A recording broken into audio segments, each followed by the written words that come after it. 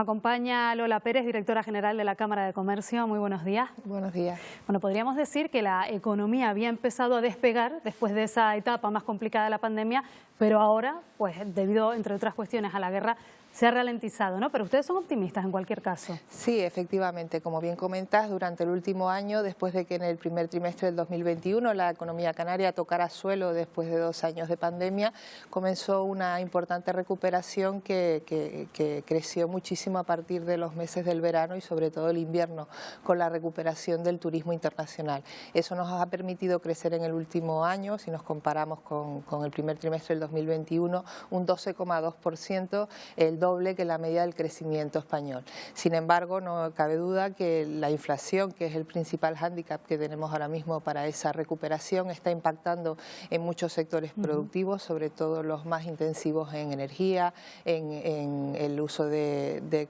transportes para aprovisionamiento de sus mercancías, y eso se está notando con una desaceleración en el ritmo de crecimiento y hace que, por ejemplo, en este último trimestre, en el primer trimestre del año, comparado con el cuarto, el avance haya sido solo de medio punto. ¿Y cuál es la previsión para final de año, con unos meses vista? Bueno, la previsión nosotros la seguimos manteniendo en un entorno de cierto optimismo, en tanto en cuanto prevemos que en función de la conectividad que está prevista, que ya recupera los niveles de 2019, también que se va a seguir manteniendo la actividad turística en función de las reservas hoteleras para el verano y el próximo invierno. Eso nos hace ser optimistas también, porque se van a empezar a materializar esos fondos Next Generation que quizás se han retrasado, como apuntaban en las noticias, el gasto, la ejecución de los mismos ha sido muy floja, por lo tanto será en este año cuando empiece a verse en intensidad esos proyectos de inversión, pero eso nos hace tener una previsión para el conjunto del ejercicio de un crecimiento del 6,5%, por encima del crecimiento medio español,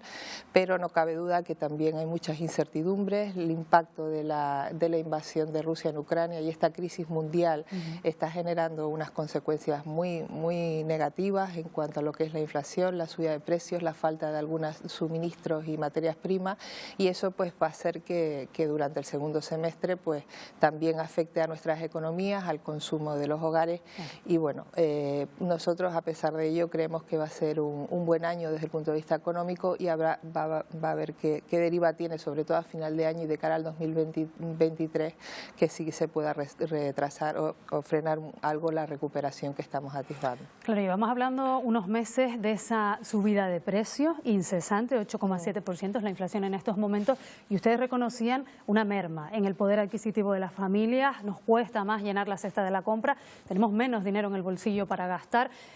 Hacían una afirmación ayer en la rueda de prensa, tenemos que asumir que vamos a ser más pobres. ¿Esto cómo se digiere? ¿De qué manera se le puede hacer un contrapeso, digamos? Bueno, pues efectivamente son más pobres las familias por esa pérdida de poder adquisitivo tan importante que se está produciendo por la escalada de la inflación, y también son más pobres, entre comillas, las empresas, porque están asumiendo unos costes de explotación muy importantes que les hacen reducir muchísimo sus márgenes, y que para ser competitivos y para poder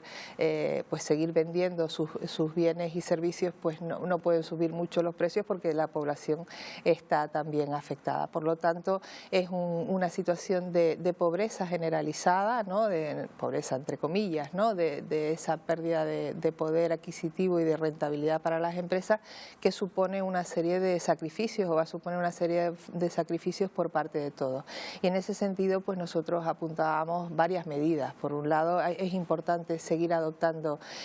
pues políticas de apoyo a las familias más vulnerables para sopesar esa pobreza en las familias con más riesgo social, pues bonificándole las tarifas de la luz, buscando mecanismos que compensen esa pérdida de poder adquisitivo, también ayudando a los sectores más intensivos en el uso de la energía o en los transportes, porque son en estos momentos los que más afección tienen en cuanto a lo que son sus costes de producción. Y bueno, ese tipo de medidas, más lo que apuntábamos y se está apuntando también desde distintos foros o desde el propio Banco de España, un pacto de rentas que permita pues que las necesarias subidas que se van a producir en los salarios para ir acompasando esta inflación pues sean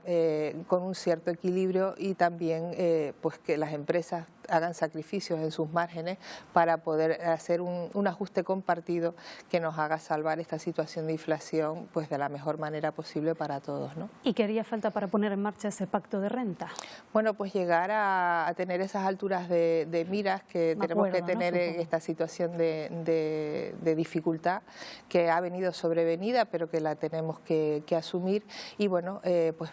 llegar a un consenso, buscar esos equilibrios y en el que también tiene que coparticipar la administración pública, ¿no? Porque tanto el sector público como el privado vamos a tener que hacer frente a este gran reto para poder dar continuidad a nuestro crecimiento y no volver a una situación de crisis económica como la que hemos tenido en estos años por una cosa o por otra, ¿no? ¿Se ha podido analizar, señora Pérez, cuándo dejarán de crecer los precios, cuándo tocarán techo, si llegará ese momento y empecemos a verlos bajar nuevamente, o eso no va a ocurrir? Bueno, la previsión es que en el segundo semestre del año puedan comenzar a moderarse, ¿no? Simplemente por un efecto comparativo con los precios de hace un año, porque a principios del año 2021 los precios estaban a cero, ¿no? También era normal que tuviéramos un nivel de precios como el que teníamos. Lo que ha sucedido es que poco a poco fue generando una situación inflacionista que se ha disparado con la crisis de la guerra bélica que hemos tenido a partir del mes de febrero. Por eso, si comparamos con los precios del año pasado, la previsión es que a lo largo del segundo semestre los precios empiecen a moderarse, pero quizás lo que más nos preocupa es los efectos que está teniendo la inflación subyacente, que es más estructural, ¿no? Ya vemos cómo esa subida del coste de la energía o de los carburantes se está trasladando al conjunto de bienes de la cesta de la compra y esa es más difícil de reducir en el tiempo. Pero bueno, habrá que ver cómo van evolucionando esos precios y sobre todo de la deriva que pueda tener la crisis de Ucrania y de su intensidad y duración va a ser el efecto que pueda tener también sobre los precios, ¿no? Ustedes sostienen, una última pregunta, señora Pérez, que el gas podría ser un elemento que ayudaría a mejorar la economía. ¿Por qué y cómo? Bueno, nosotros entendemos que desde luego como cualquier economía y dentro de esos retos de futuro que tenemos como es la sostenibilidad, es importantísimo la descarbonización y la apuesta por las energías renovables. Eso tiene unos tiempos y en tanto en cuanto llega ese momento sobre el cual estamos apostando con inversiones muy potentes, con los fondos de Next Generation dirigidos a ese tipo de inversiones,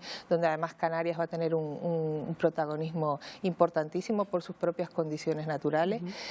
pero mientras tanto es necesario tener una energía de transición que es mucho más barata y mucho más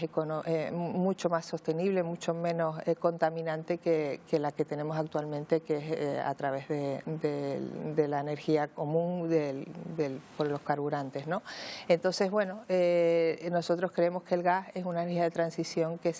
por la que se tiene que apostar en estos momentos y creemos que no se puede demorar ya más en el tiempo, ¿no? Lola Pérez, directora general de la Cámara de Comercio, gracias por habernos acompañado. Nada, un placer como siempre.